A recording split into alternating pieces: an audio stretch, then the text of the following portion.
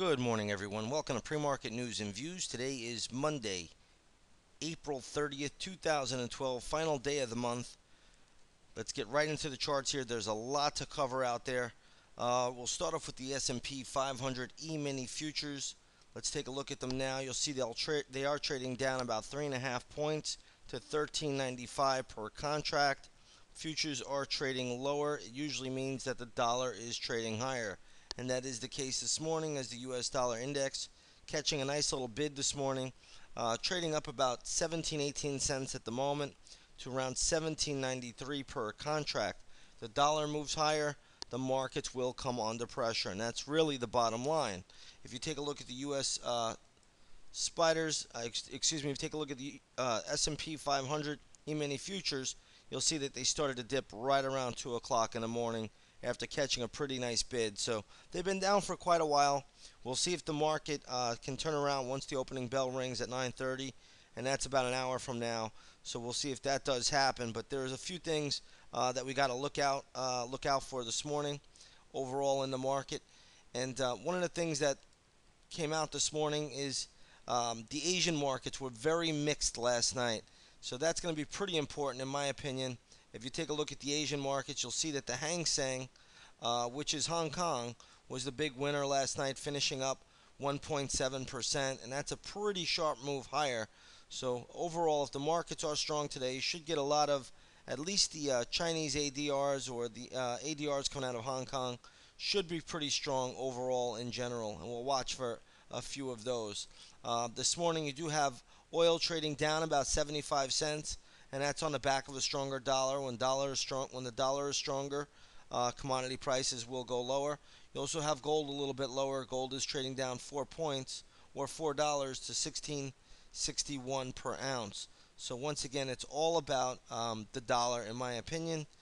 Sometimes the dollar won't have that much of an effect if the volume is light, but the dollar will affect the markets each and every morning, at least the first few hours, and then towards the latter part of the trading day. So keep a U.S. dollar index chart up at all times, and you'll see how the dollar bottoms out around 2 o'clock in the morning. The stock market, or the S&P 500, tops out around 2 o'clock in the morning. Now, if the dollar starts to fall once the opening bell rings, the markets obviously will inflate and trade higher and catch another bid. That's pretty much the way it works. That's pretty much how it goes, and we'll see how it all plays out from here. Let's take a look at a couple of different stocks that are in the news this morning. It is a Monday. Mondays tend to be a little bit on the quieter side, but let's take a look at Humana. This is the healthcare stock, getting hit a little bit this morning. Closed, I believe, right around 89.50. It is trading down to 84.50 this morning. This stock will have pretty good support, I guess around $83.12. There will be some support there, I should say, at least for a bounce. But let me give you some other levels that I'm looking at this morning.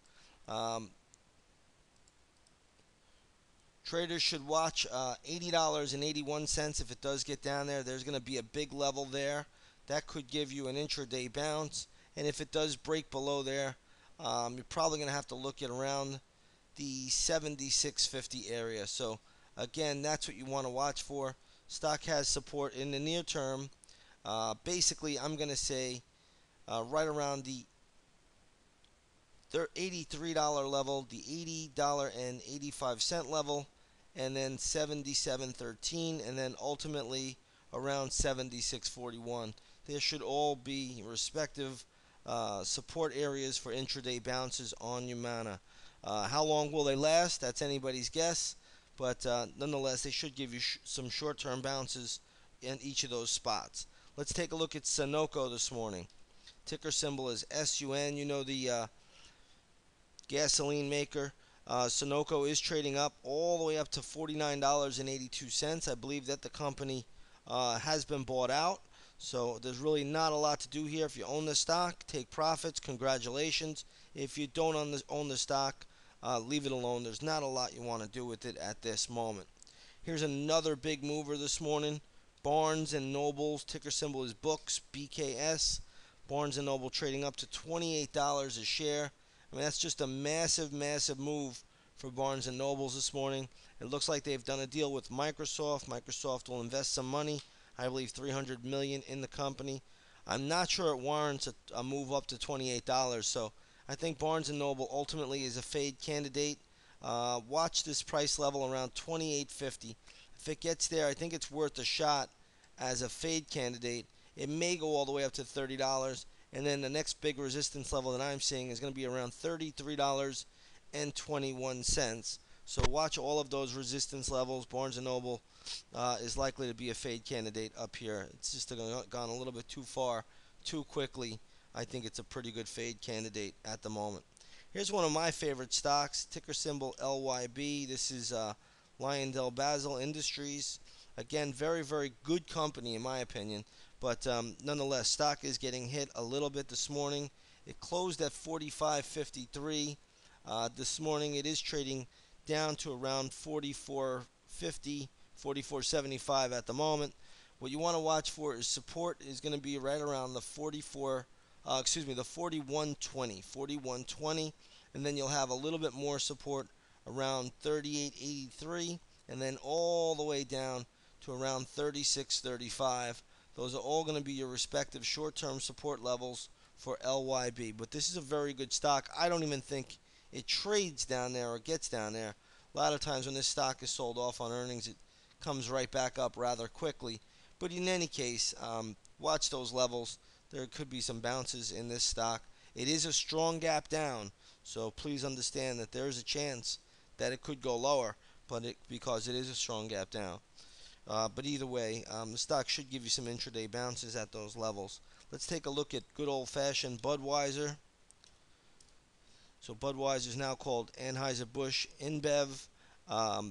Has been taken over a while ago, but nonetheless, stock is trading down this morning. I'm not seeing a whole lot here. Looks like a pretty strong gap. I'm going to give you a couple of levels that I'm watching. I don't know how great these will be in the long term, but in the short term, they should give you some support for bounces. You're going to watch $68.75, and then you're going to watch all the way down to $66.75. Those are going to be pretty good levels, and the stock, if it falls a little bit lower, would have some more support around 66 bucks. We'll see if it does get down there. It looks like a fairly strong gap lower, so we could see a little bit more selling pressure in Budweiser. I think that is certainly possible. Let's take a look at ticker symbol GPRO this morning. This is GenProbe. This company is I believe, taken over this morning. Huge move all the way up to $81. If you own it, congratulations. Take profits, lock them in, take them off the table. If you don't own it, I would just not do anything here. This is a takeover. I'm not sure of the deal exactly what's going down, but either way, there's nothing to do here. Normally, if this is a takeover and it's not going to be fought, this will just go sideways straight across the board. So once again, if you own that stock, congratulations. If you don't own it, there's nothing to do. Don't short it.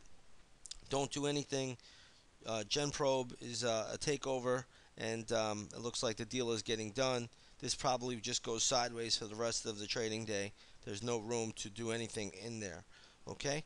That pretty much sums it up this morning. There's some other movers out there, but I just didn't get a chance to go over each and every stock today. It's a Monday. Take it a little bit slow. Watch that U.S. dollar index very closely. The markets will trade inverse at least throughout the first couple of hours while the volume is still okay.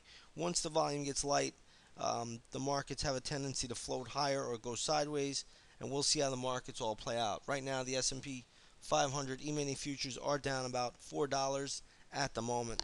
So we'll leave it there.